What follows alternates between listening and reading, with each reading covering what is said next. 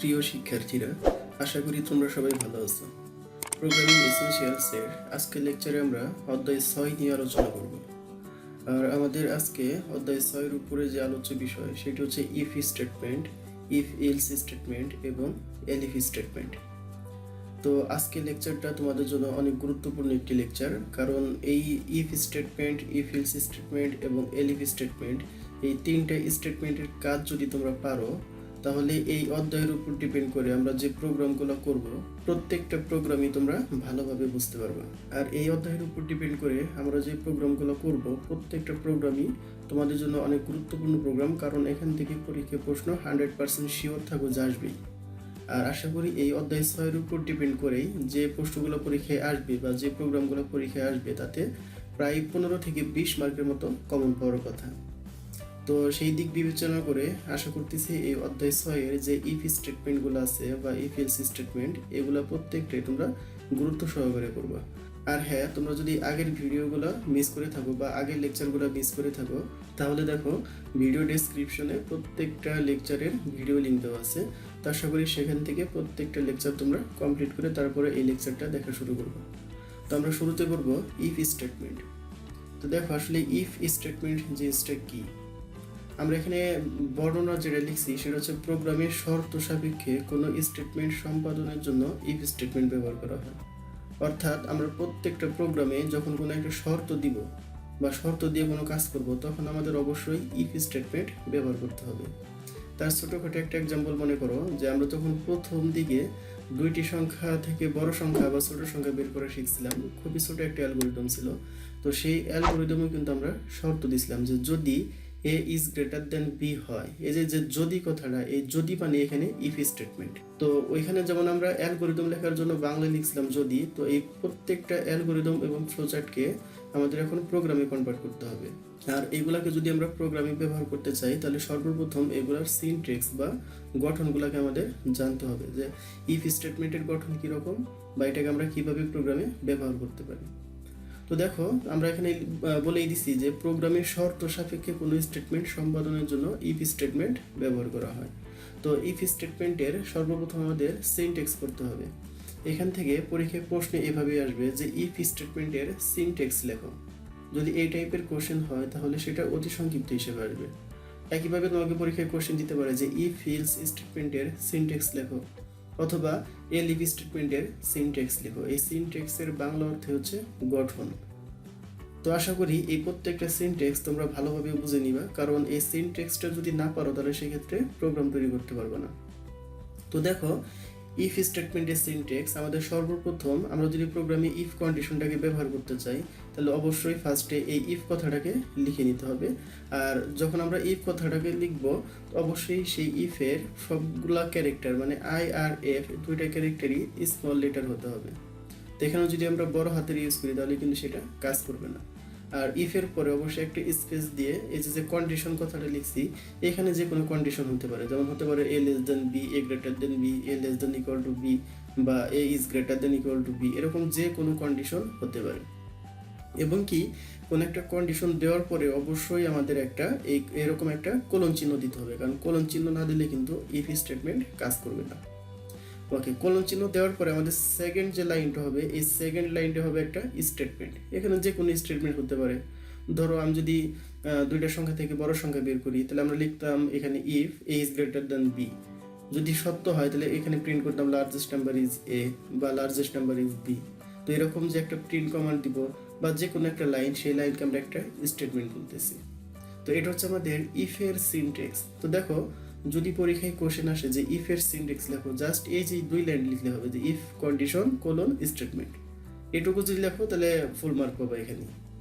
এখন দেখো এই যে আমরা ইফের সিনট্যাক্সটা করলাম, এই ইফের ফ্লোচার্টও পরীক্ষায় আসতে পারে, যে ইফের গঠন সহ ফ্লোচার্ট অঙ্কন করো বা ইফের সিনট্যাক্স সহ ফ্লোচার্ট অঙ্কন করো। তাহলে সেই ক্ষেত্রে এটাকে ফ্লোচার্ট সহ দেখাইতে হবে। খেয়াল করো এখানে আমি একটা ইফের ফ্লোচার্ট দিছি। আসলে এখানে যে স্টেটমেন্টগুলো আছে ইফ, ইফ এলস, এলিফ, এগুলো ফ্লোচার্ট তুমি তোমার মতো করে দিতে পারো, যেভাবে খুশি দিলেই হবে। জাস্ট তোমার এই সিনট্যাক্সটা ঠিক থাকলেই হয়েছে। দেখো এখান থেকে কিন্তু আমরা সিনট্যাক্স থেকে বুঝতেছি যে ফার্স্টে একটা ইফ কন্ডিশন থাকবে, আর কন্ডিশন দেওয়ার জন্য কোন প্রতীক ব্যবহার করতে হয় আমি আশা করি সেটা তোমরা অলরেডি জানো, কারণ আমরা প্রথম অধ্যায়ে যখন ফ্লোচার্টের 5টি প্রতীক অঙ্কন করে বর্ণনা করছিলাম সেখানে কিন্তু একটা প্রতীক ছিল সিদ্ধান্ত গ্রহণ বা কন্ডিশন। তো যেহেতু আমরা কন্ডিশন দিবার জন্য এই প্রতীকটাকে ব্যবহার করছি এখানে, যেখানে একটা কন্ডিশন হতে পারে এবং কি কন্ডিশনটা যদি সত্য হয়, দেখো যদি ইয়েস হয় তাহলে আমাদের একটা অ্যান্সার দেখাবে স্টেটমেন্ট, আর যদি ইয়েস না হয় বা মিথ্যা হয় তাহলে সেক্ষেত্রে কোনো অ্যান্সার দেখাবে না। এটা হচ্ছে ইফ কন্ডিশনের সিনট্যাক্স বা গঠন, অর্থাৎ ইফ কন্ডিশনে অন্যথায় অর্থে কোনো অ্যান্সার দেখাবে না। তুমি একটা কন্ডিশন দিবে, যদি কন্ডিশনটা সত্য হয় তাহলে সেক্ষেত্রে অ্যান্সার দেখাবে, আর মিথ্যা হলে কোনো অ্যান্সারই দেখাবে না। তা আশা করি তোমরা ইফ স্টেটমেন্টটা বুঝতে পারছো। তো দেখো এই ইফ কন্ডিশন দিয়ে আমরা একটা প্রোগ্রাম দেখবো এখন, ছোট একটা প্রোগ্রাম যে জাস্ট ইফ কন্ডিশনের ব্যবহারটা আমরা দেখবো। তো একটু খেয়াল করো, আবার এই সিনট্যাক্সটা একটু মনে রাখো যে ইফ কন্ডিশন কোলন তারপরে একটা স্টেটমেন্ট। তো দেখো এখানে আমরা এ নামের একটা ভেরিয়েবল দিছি, যে ভেরিয়েবলের ভিতরে একটা মান রাখছি আমরা 30, এবং কি বি নামের একটা ভেরিয়েবল দিছি যার মান দিছি আমরা 10। তো আমরা দেখব ইফ স্টেটমেন্ট ব্যবহার করে যে এই দুইটা সংখ্যার মধ্যে থেকে কোন সংখ্যাটা বড়। তাহলে খেয়াল করো, অবশ্যই ফার্স্ট আমার কি দিতে হবে, ইফ কন্ডিশন। তো আমরা লিখলাম ইফ, এবং কি এই ইফ অবশ্যই ছোট হাতের অক্ষরে লিখতে হবে। তো দেখো আমি লিখলাম এখানে ইফ, লেখার পরে কন্ডিশন দিছি, কারণ আমার কিন্তু ইফের সিনট্যাক্স হলো ইফ তারপরে কন্ডিশন। তো দেখো কন্ডিশন দিছি এখানে এ ইজ গ্রেটার দ্যান বি, এবং কি দেখো কন্ডিশনের পরে একটা কি চিহ্ন দিছি আমরা, কোলন চিহ্ন দিছি। এই কোলন চিহ্ন দেওয়ার পরে আমাদের পরের লাইনটা ছিল স্টেটমেন্ট। দেখো আমাদের কিন্তু এখানে একটা স্টেটমেন্ট, কি স্টেটমেন্ট লিখছি আমরা, প্রিন্ট একটা স্টেটমেন্ট লিখছি, যেখানে আমরা একটা মেসেজ শো করেছি যে এ ইজ গ্রেটার দ্যান বি, মানে এ হচ্ছে বি এর থেকে বড়। তো যদি কোনো কারণে এ বি এর থেকে বড় না হয় তাহলে সেক্ষেত্রে এখানে আর কোনো অ্যান্সার দেখাবে না। তো দেখো ডিরেক্টলি আমাদের আউটপুট চলে আসছে কি এখানে এ ইজ গ্রেটার দ্যান বি। তো কোনো কারণে যদি এখানে এ বড় না হইতো তাহলে সেক্ষেত্রে কোনো আউটপুটই আসতো না এখানে। আশা করতেছি তোমরা ইফের ব্যবহারটা বুঝতে পারছো। আর এই ইফের সিনট্যাক্স থেকে আরেকটা জিনিস তোমাদের বলে রাখি, যেটা তোমরা যদি নিজে নিজে প্রোগ্রাম তৈরি করো সেক্ষেত্রে ভুল হতে পারে। তোমরা যখন ইফ কন্ডিশনটা দিবা, দেওয়ার পরে পরের যে লাইনটা লিখবা, এই পরের লাইনটা অবশ্যই 4টা স্পেস ব্যবহার করে লিখতে হবে, মানে একটা স্পেস, দুইটা স্পেস, তিনটা স্পেস এবং 4টা স্পেস। আর যদি 4টা স্পেস না দাও তাহলে কিবোর্ডের একদম বাম পাশে দেখবো ক্যাপস লক নামের একটা কি আছে, ঠিক তার উপরে একটা কি আছে ট্যাব। এই একটা ট্যাব চাপলে একসাথে 4টা স্পেসের কাজ করে। আর এখানে যে আমরা 4টা স্পেস বা একটা ট্যাব চাপছি এটাকে বলা হয় ইনডেন্টেশন। তো আশা করি যে ইফ স্টেটমেন্টের সাথে আমাদের এই ইনডেন্টেশন বা একটু ফাঁকা জায়গা যেটা বা মার্জিন যেটাকে বলি সেটাকে রাখতে হবে, না হয় কিন্তু ইফ স্টেটমেন্ট কাজ করবে না। তো যেমন তুমি যদি এই প্রোগ্রামটা এই ইফের নিচে যদি প্রিন্ট লিখতা তাহলে সেক্ষেত্রে এটা কখনোই রান করতো না, অ্যান্সার ইরর দেখাবে। আশা করি তোমরা ইফ স্টেটমেন্টের ব্যবহারটা বুঝতে পারছো। তো এখন দেখো আমরা পড়বো ইফ ইলস স্টেটমেন্ট। একই কথা, দেখো জাস্ট ইফের সাথে শুধু ইলস কথাটা চলে আসছে। আর ইলস মানে প্রোগ্রামিং এর ভাষায় অন্যথায় বা অথবা বুঝি আমরা। তাহলে খেয়াল করো এখানে কিন্তু আমরা বলছি যে প্রোগ্রামে অন্যথায় বা অথবা অর্থে ইফ স্টেটমেন্টের সাথে এই ইলস স্টেটমেন্টটা ব্যবহৃত হয়। তার মানে আমরা বুঝতেছি যে আমাদের তো ইফ স্টেটমেন্ট থাকবেই, তার সাথে অতিরিক্ত এই ইলস স্টেটমেন্টটাকে আমরা ব্যবহার করব। তো দেখো এখানে আমরা বলে দিচ্ছি যে শর্ত সাপেক্ষে কোনো স্টেটমেন্ট সম্পাদনের জন্য এটি ব্যবহৃত হয়। অর্থাৎ একইভাবে কোনো একটা শর্তকে যদি আমরা উপস্থাপন করতে চাই বা কোনো একটা শর্ত দিয়ে যদি কোনো প্রোগ্রামকে উপস্থাপন করতে চাই তাহলে সেই ক্ষেত্রে এই ইফ ইলস স্টেটমেন্ট ব্যবহার করা হয়। তো দেখো এই ইফ ইলস স্টেটমেন্টের সিনট্যাক্সটা কীরকম। একইভাবে ফার্স্ট আমরা কি লিখবো, ইফ, ইফের পরে অবশ্যই কন্ডিশন, কন্ডিশনের পরে অবশ্যই একটা কোলন চিহ্ন দিতে হবে। কোলন দেওয়ার পরে আমাদের একটি স্টেটমেন্ট থাকবে। তো দেখো একটি স্টেটমেন্ট লিখছি, আর দেখো এখানে কিন্তু আমি ইনডেন্টেশনটা রাখছি। তো একটা স্টেটমেন্ট দিলাম, ধরো এখানে একটা কন্ডিশন দিচ্ছি if A is greater than B, যদি সত্য হয় একটা স্টেটমেন্ট দেখাবে, আর যদি কোনো কারণে সত্য না হয় তাহলে অন্যথায় অর্থে আরেকটা অ্যান্সার দেখাবে। তাহলে এর জন্য আমরা লিখছি এখানে ইলস, আর এই ইলসের পরে দেখো যে একটা কোলন। তো কোলন যেহেতু দিয়ে ফেলছি তার মানে ইলসের কাজও শেষ, জাস্ট আমাদের আরেকটা স্টেটমেন্ট চলে আসবে। তো এটা হচ্ছে আমাদের ইফ ইলসের সিনট্যাক্স বা স্টেটমেন্ট। আবার খেয়াল করো আমি ফার্স্ট লিখবো ইফ, অবশ্যই স্মল লেটারে, তারপরে কন্ডিশন থাকবে একটা কোলন, তারপরে আমাদের একটি স্টেটমেন্ট আসবে। যদি স্টেটমেন্ট সত্য না হয় তাহলে অন্যথায় অর্থে আরেকটা স্টেটমেন্ট চলে আসবে। যেমন আমরা যদি এটাকে ফ্লোচার্টে দেখাই, খেয়াল করো এর ফ্লোচার্টটা কীরকম। দেখো এখানে একটা ফ্লোচার্ট দেখাইছি আমরা ইফ ইলস স্টেটমেন্টে। ধরো এখানে একটা কন্ডিশন দিছি, কন্ডিশনটা যদি সত্য হয়, যে দেখো ইয়েস হয়েছে, যদি ইয়েস হয় তাহলে সেক্ষেত্রে একটা স্টেটমেন্ট আসবে, আর যদি ইয়েস না হয় মানে ফলস হয় তাহলে সেক্ষেত্রে আরেকটা অ্যান্সার আসবে। তার মানে আমরা বুঝতেছি যে যদি সত্য হয় এক ধরনের অ্যান্সার দিবে, আর সত্য না হলে বা মিথ্যা হলে আরেক ধরনের অ্যান্সার দিবে। তো এই টাইপের যদি কোনো প্রোগ্রাম করতে চাই তাহলে সেক্ষেত্রে অবশ্যই আমাদের ইফ এলস স্টেটমেন্ট ব্যবহার করতে হবে। যেমন দুইটি সংখ্যা থেকে বড় সংখ্যা বের করার জন্য আমাদের অবশ্যই এই ইফ এলস স্টেটমেন্ট ব্যবহার করতে হবে। কারণ আমরা যদি বলি if A is greater than B, তাহলে লার্জেস্ট নাম্বার ইজ এ, যদি কোনো কারণে লার্জেস্ট নাম্বার এ না হয় তাহলে অন্যথায় মানে এলস হবে লার্জেস্ট নাম্বার ইজ বি। তো এই ক্ষেত্রে আমরা এই ইফ এলস স্টেটমেন্টটাকে ব্যবহার করব। তো দেখো এই ইফ এলস স্টেটমেন্ট নিয়ে আমরা ছোট একটা উদাহরণ রাখছি বা একটা প্রোগ্রাম রাখছি এখানে, খেয়াল করো। একইভাবে আমরা এখানে লিখছি a ইকুয়াল টু 10, মানে a একটা ভেরিয়েবল যার মান হচ্ছে 10, b হচ্ছে আরেকটা ভেরিয়েবল যার মান হচ্ছে 20। এই প্রোগ্রামটাই আমরা ইফ স্টেটমেন্টের ক্ষেত্রেও দেখছিলাম, শুধু মানগুলোকে চেঞ্জ করে। তো দেখো একইভাবে এখানে একটা কন্ডিশন দিলাম আমরা, if a is greater then b এবং একটা কোলন। তো দেখো এই কন্ডিশন যদি সত্য হয় তাহলে অ্যান্সার দিবে কি a is greater then b, এটাকে আমরা প্রিন্ট করলাম বা একটা স্টেটমেন্ট আসলো। তো যদি কোনো কারণে সত্য না হয় তাহলে সেক্ষেত্রে কি আসবে ইলস, ইলসে আমাদের অ্যান্সার দেখাবে তাহলে B is greater than a. তার মানে আমরা বুঝতেছি যে এই কন্ডিশন যদি সত্য না হয় তাহলে সেই ক্ষেত্রে আমাদের এই যে এই মেসেজ দিবে, আর যদি সত্য হয় তাহলে তো এই মেসেজটাই দিবে। তো আমরা দেখো দুইটা মেসেজ এখানে এর জন্য শো করেছি, যে যদি সত্য হয় তাহলে মেসেজ দিবে এ ইজ গ্রেটার দ্যান বি, আর যদি সত্য না হয় তার মানে বুঝতেছি তাহলে B is greater than a. তো দেখো এরকম যদি প্রোগ্রাম হয় তাহলে আমাদের আউটপুট কি আসছে এখানে, B is greater than a. তার মানে এই যে একটা প্রোগ্রাম, এটাকে যখন আমরা রান করছি তখন আমাদের অ্যান্সার কিন্তু আসছে এই যে ইলস এর পরেরটা।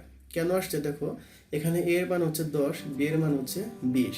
তো আমি দিছি if A is greater than B, মানে এর মান বি এর থেকে বড়, কিন্তু আসলে কিন্তু এর মান বি এর থেকে বড় না, যেহেতু ফলস এর জন্য আমাদের এই অ্যান্সারটা চলে আসছে। তো এই সেম কোশ্চেন যদি আমি ইফ স্টেটমেন্ট ব্যবহার করে করতাম মানে ইলস বাদে, তাহলে সেই ক্ষেত্রে এখানে কোনো অ্যান্সার আসতো না, কারণ দেখো এখানে কিন্তু এর মান বড় না। আশা করি তোমরা এই ইফ এলস স্টেটমেন্টের ব্যবহারটাও বুঝতে পারছো। তো আমাদের আজকের আলোচনার মধ্যে আরেকটা টপিকস আছে, সেটা হচ্ছে এলিফ স্টেটমেন্ট। এই এলিফ স্টেটমেন্টের কাজটা কি? আসলে এলিফ স্টেটমেন্টের কাজও ওই একই রকম।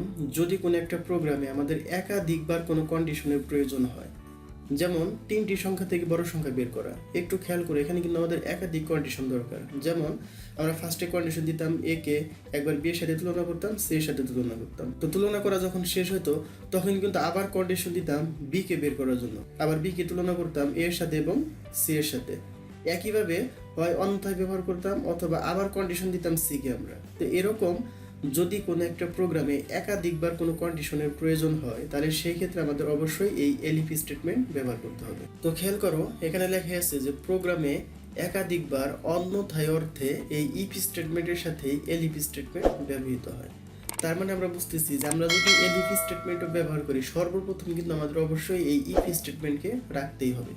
তার মানে আমরা ইফ স্টেটমেন্ট ব্যবহার করি বা ইফ এলস স্টেটমেন্টই ব্যবহার করি অথবা এলিফ স্টেটমেন্ট ব্যবহার করি না কেন, প্রত্যেকটা স্টেটমেন্টের শুরু হবে কিন্তু অবশ্যই এই ইফ দিয়ে। তো খেয়াল করো এটা সিনট্যাক্সটা কিরকম হবে। দেখো এখানে সিনট্যাক্সটা যদি অনেক বড় মনে হইতেছে কিন্তু খুবই ইজি একটা সিনট্যাক্স। যেমন ফার্স্টে একটা কন্ডিশন দিছি, দেখো ইফ কন্ডিশন এবং সেমিকোলন, তারপরে কি আসছে আমাদের স্টেটমেন্ট। যদি এই স্টেটমেন্টটা আমরা একটু ইনডেন্টেশন রেখে দেওয়ার চেষ্টা করব, কারণ আমরা জানি যে ইফ কন্ডিশনের পরে অবশ্যই একটু ফাঁকা জায়গা রাখতে হয়। তো দেখো তাহলে আমরা দিলাম এখানে ইফ, তারপরে কন্ডিশন, তারপরে কোলন, তাহলে একটা স্টেটমেন্ট পেলাম আমরা। তো যদি কোনো কারণে আমাদের কন্ডিশন শেষ না হয়, যদি আরো কোনো কন্ডিশন বাকি থাকে তাহলে সেক্ষেত্রে তো আবার কন্ডিশন দিতে হবে। তো দেখো আবার যখন কন্ডিশন দিব তখন অবশ্যই আমাদের কি ব্যবহার করতে হবে, এলিফ। তাহলে দেখো এলিফ কন্ডিশন 2 মানে 2 নম্বর কন্ডিশন এটা, কোলন, তাহলে স্টেটমেন্ট পেলাম আরেকটা। একইভাবে যদি কন্ডিশন শেষ না হয় তাহলে আবার আরেকটা দিতে হবে। দেখো আবারও যদি কন্ডিশন দিতে চাই তাহলে আবারও এলিফ, তাহলে কন্ডিশন দিলাম আমরা 3 মানে 3 নম্বর কন্ডিশন, কোলন স্টেটমেন্ট। এটা এভাবে চলতেই থাকবে মানে যতক্ষণ পর্যন্ত আমাদের কন্ডিশনগুলো শেষ না হবে, এবং সর্বশেষ আমরা লিখে দিব এলস কোলন স্টেটমেন্ট। তো এটা হচ্ছে আমাদের এই এলিফ স্টেটমেন্টের সিনট্যাক্স। তো দেখো এলিফ স্টেটমেন্টের ফ্লোচার্টটা একটু খেয়াল করো। তো ফ্লোচার্ট আসলে তুমি যে এভাবে যে তোমার দিতে হবে এরকম না, তুমি তোমার মতো করেও দিতে পারো। জাস্ট এই সিনট্যাক্স যদি তুমি ঠিক রেখে তোমার ইচ্ছা মতো যদি ফ্লোচার্টটাকে সাজাও তাহলেও হবে। যেমন এখানে দেখো ফার্স্ট আমরা কি লিখছিলাম ইফ কন্ডিশন, ওকে দিলাম ইফ কন্ডিশন। যদি ইফ কন্ডিশন ধরো ট্রু হোক আর ফলস হোক যাই হোক, ধরো এখানে ফলস হয়েছে, ফলস হলে আমাদের আবার আরেকটা কন্ডিশন দিছি। তো সেকেন্ড কন্ডিশন দেওয়ার জন্য আমরা জানি যে অবশ্যই এলিফ ব্যবহার করতে হয়, তাহলে দেখো যে এলিফ ব্যবহার করছি। তো যদি এলিফ ব্যবহার করার পরে এবারও যদি ফলস হয় তাহলে ধরো আবার তুমি একটা কন্ডিশন দিতে পারো। তো যদি এখানে আর কন্ডিশন দিয়ে দেখাইনি, অনলি দুইটা দিয়ে দেখেছি একটু ছোট করে। তো যদি তোমরা চাও যে আরও কন্ডিশন দিয়ে দেখাবা তাহলে সেক্ষেত্রে আরও বড় করতে পারো ফ্লো চার্ট। আর যদি না চাও তাহলে এটা অ্যান্সার দিলেই হবে। তাহলে খেয়াল করো, ধরো এখানে ফার্স্ট আমরা একটা কন্ডিশন দিলাম, ধরো কন্ডিশন যদি সত্য হয় তাহলে একটা স্টেটমেন্ট আসবে। তুমি এখানে স্টেটমেন্ট লিখতে পারো যে স্টেটমেন্ট স্টেটমেন্ট স্টেটমেন্ট, তাহলেও হবে। তো যদি কন্ডিশন সত্য হয় তাহলে একটা স্টেটমেন্ট, আর যদি মিথ্যা হয় তাহলে আবার একটা কন্ডিশন দিচ্ছি, তাহলে এলিফ আবার কন্ডিশন। এই কন্ডিশন যদি সত্য হয় তাহলে একটা স্টেটমেন্ট, আর যদি মিথ্যা হয় তাহলে তুমি আবার কন্ডিশন দিলেও দিতে পারো, যদি না দাও তাহলে আবার লিখবা স্টেটমেন্ট। এবং সর্বশেষ এই যে আমরা তিনটা স্টেটমেন্ট পাইলাম, দেখো তিনটা স্টেটমেন্ট থেকে এখানে একটা লুপ চিহ্ন দিতে পারো। আর যদি না দাও ডিরেক্টলি এখানে এক্সিট বা যে আমাদের প্রোগ্রাম শেষ করার জন্য যে প্রতীকটা আছে সেই প্রতীকটা দিলেই হয়ে যাবে। তা আশা করি তোমরা এলিফ স্টেটমেন্টের সিনট্যাক্সটাও বুঝতে পারছো। তো দেখো এই এলিফ স্টেটমেন্ট ব্যবহার করে যদি আমরা একটা প্রোগ্রাম দেখি তাহলে হয়তো তোমরা আরও ভালোভাবে বুঝতে পারবে। তো দেখো এখানে একটা এক্সাম্পল রাখছি আমরা, এখানে একটা প্রোগ্রাম করছি। প্রোগ্রামটা হচ্ছে যে আমি কোনো একটা নাম্বারকে টেস্ট করব, যেটা পজিটিভ নাম্বার নাকি নেগেটিভ নাম্বার নাকি এটা জিরো। তো এরকম যদি ছোটোখাটো একটা প্রোগ্রাম করতে চাই তাহলে দেখো এখানে নাম্বার নামের একটা ভেরিয়েবল নিছি, তারপরে আইএনটি নামের একটা ডাটা টাইপ নিছি। এই নাম্বারকে আমরা কি করছি এখানে ইনপুট করছি এবং একটা মেসেজ শো করেছি যে ইন্টার দ্য নাম্বার। তো আমি আশা করতেছি যে এই যে প্রথম যে লাইনটা লিখছি অবশ্যই তোমরা এই লাইনের কাজটা জানো, কারণ আমরা এই রিলেটেড অনেকগুলো প্রোগ্রাম অলরেডি করে আসছি। এবং কি আমরা ডাটা টাইপ কোথায় ডিক্লেয়ার করতে হয় এই ডাটা টাইপ সম্পর্কেও মোটামুটি জেনে আসছি। তো দেখো এখানে যখন একটা নাম্বার আমরা ইনপুট করলাম, তো আমরা এই নাম্বারটাকে টেস্ট করব যে এই নাম্বারটা কি পজিটিভ নাম্বার নাকি নেগেটিভ নাম্বার নাকি জিরো। তো দেখো ফার্স্ট একটা ইফ কন্ডিশন দিচ্ছি আমরা, ইফ তারপরে কাকে আমরা কন্ডিশন দেবো এখানে যে নাম্বারটাকে ইনপুট দিলাম এই নাম্বারকে। তো এই নাম্বারকে আমরা টেস্ট করতেছি। দেখো আমরা বলছি if number is greater than zero. দেখো এখানে একটা কন্ডিশন দিচ্ছি যে নাম্বার জিরো থেকে বড় কিনা। দেখো তারপরে আমরা কি দিছি একটা কোলন দিছি। তো যদি নাম্বার জিরো থেকে বড় হয় তাহলে প্রিন্ট করছে কাকে, দিস ইজ পজিটিভ নাম্বার, কারণ আমরা জানি জিরো থেকে বড় মানে 1 2 3 4 এগুলো সবই হচ্ছে পজিটিভ নাম্বার। ওকে, তো যদি যদি এই কন্ডিশনটা সত্য হয় তাহলে তো পজিটিভ অ্যান্সার আসবে। আর যদি সত্য না হয় তাহলে খেয়াল করো আমরা আবার কন্ডিশন দিব। আর আমরা জানি যে আবার যদি কন্ডিশন থাকে তাহলে সেক্ষেত্রে অবশ্যই এলিফ স্টেটমেন্ট ব্যবহার করতে হয়। তাহলে দেখো আমরা আবার লিখছি এখানে এলিফ, মানে যেহেতু আমরা আরেকটা কন্ডিশন দিব। এখন কন্ডিশন দিচ্ছি, দেখো আমরা লিখছি নাম্বার ইকুয়াল টু জিরো। একটু খেয়াল করো এখানে কিন্তু আমরা দুইটা ইকুয়াল ব্যবহার করছি। আর আমরা যখন অ্যাসাইনমেন্ট অপারেটর পড়ছিলাম সেখানেও কিন্তু এই দুইটা ইকুয়ালের কাজ ছিল। আশা করি তোমরা সেখান থেকে এই একটা ইকুয়াল আর দুইটা ইকুয়ালের মধ্যে পার্থক্যটা বুঝতে পারছো। একটা ইকুয়ালের কাজ ছিল যে কোনো একটা মানকে ভেরিয়েবলের ভিতরে জমা রাখা, আর দুইটা ইকুয়ালের কাজ হচ্ছে দুই পাশের মান সমান। মানে আমরা এই যে নাম্বারটাকে ইনপুট করব, এই ইনপুটকৃত নাম্বার যদি জিরো হয়, এই জিরোটা যদি এই জিরোর সমান হয় তাহলে সেক্ষেত্রে অ্যান্সার দেখাবে কি দিস ইজ এ জিরো।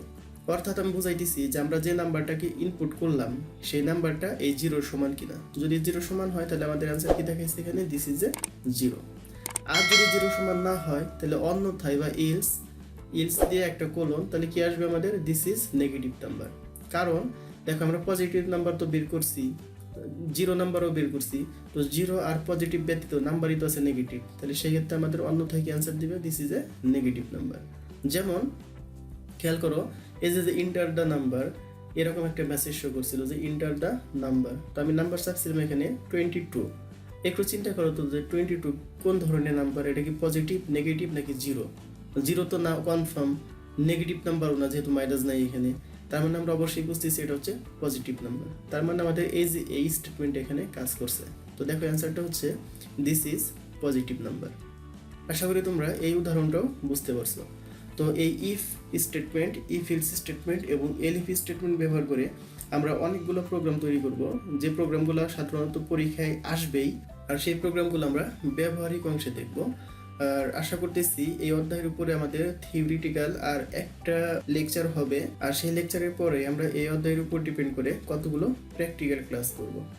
তো আজকের লেকচারটা আমাদের মোটামুটি শেষ। তো খেয়াল করো এই লেকচার থেকে আমাদের পরীক্ষায় যেভাবে প্রশ্নগুলো আসতে পারে, তোমাকে 1 নম্বর কোশ্চেন বলতে পারে যে ইফ স্টেটমেন্টের সিনট্যাক্স লেখো। অলরেডি প্রশ্নটা পরীক্ষায় আসছে, খুবই সহজ একটা কোশ্চেন। আশা করি এটার অ্যান্সার তোমরা করতে পারবা। শুধু লিখবা ইফ কন্ডিশন স্টেটমেন্ট, তাহলে অ্যান্সারটা শেষ। ওকে, 2 নম্বর কোশ্চেন তোমাকে দিতে পারে ইফ ইলস স্টেটমেন্টের সিনট্যাক্স বা গঠন ও ফ্লোচার্ট লেখো। তো দেখো প্রশ্নটা কিন্তু এভাবে দিবে যে if dot dot dot else স্টেটমেন্টের সিনট্যাক্স, আর সিনট্যাক্স মানে হচ্ছে গঠন, ও ফ্লোচার্ট লেখো।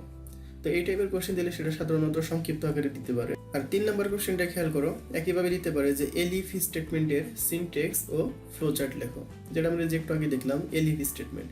মানে যদি আমরা প্রোগ্রামে অনেকগুলো কন্ডিশন ব্যবহার করতে চাই বা অনেকগুলো কন্ডিশন থাকে, তাহলে সেই ক্ষেত্রে আমরা এলিফ স্টেটমেন্টটাকে ব্যবহার করে থাকি।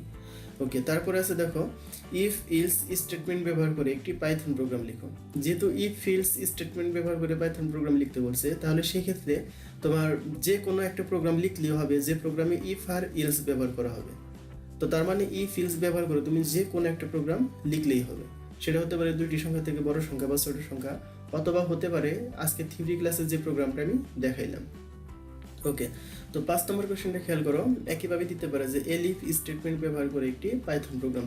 তো এলিফ স্টেটমেন্ট ব্যবহার করে যে পাইথন প্রোগ্রাম, তুমি যে কোনো প্রোগ্রাম লিখলে হবে যেখানে এলিফ স্টেটমেন্টের ব্যবহার থাকলেই হবে। তো আমি এই এলিফ স্টেটমেন্ট ব্যবহার করে তোমাদের কয়েকটি প্রোগ্রাম দেখাবো, যেমন 3টি সংখ্যা থেকে বড় সংখ্যা বা ছোট সংখ্যা বের করা, তারপরে তোমার গ্রেড নির্ণয় বা জিপিএ বের করার পাইথন প্রোগ্রাম, এই টাইপের কিছু প্রোগ্রাম দেখাবো যেগুলো আমরা ব্যবহারিক অংশে আলোচনা করব। তো আমাদের আজকের যে লেকচারটা ছিল, সেই লেকচার থেকে যে গুরুত্বপূর্ণ প্রশ্নগুলো ছিল সেগুলো আমাদের এখানেই আছে, বা এই 5টা কোশ্চেনই। তো আশা করি এই কোশ্চেনগুলো তোমরা খাতায় নোট করে নিবা, এবং যদি তোমাদের বুঝতে কোনো প্রবলেম হয় তাহলে অবশ্যই আমাদের কমেন্টের মাধ্যমে জানাবা। আমি চেষ্টা করব এগুলোকে আবার এক্সপ্লেন করার জন্য। তো আগামী লেকচার দেখার আমন্ত্রণ জানিয়ে আজকে এখানে বিদায় নিচ্ছি। আল্লাহ হাফেজ।